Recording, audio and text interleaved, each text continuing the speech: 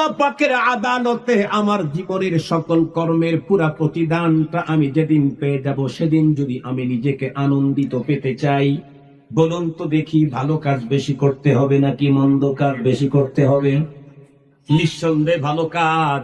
ভালো বলতে কোনটা? আমার নেতায় যেটা বলছে না না, আমার পীর যেটা বলছে না না, আমার সমাজ যেটা বলছে না না, সুশীল সমাজ যেটা বলছে না না, কবিরা যেটা বলছে না না, মডেলটা যেটা বলছে না, ওপারের দাদারা কি বলছে সেটাও না, 7 সমুদ্রের 13 নদীর ওই পারে সাদা চামড়াওয়ালারা যেটা বলছে সেটাও না, বরং ইসলাম যেটাকে ভালো বলেছেন সেটাই ভালো, ইসলাম যেটাকে মন্দ বলেছেন সেটাই মন্দ। ইসলাম সুদ আর ঘুষকে মন্দ বলেছেন, কিয়ামত পর্যন্ত সুদ আর ঘুষ তামাম দুনিয়ার মানুষ ভালো বললেও 1 সেকেন্ডের জন্য তা কখনো ভালো হতে পারে না।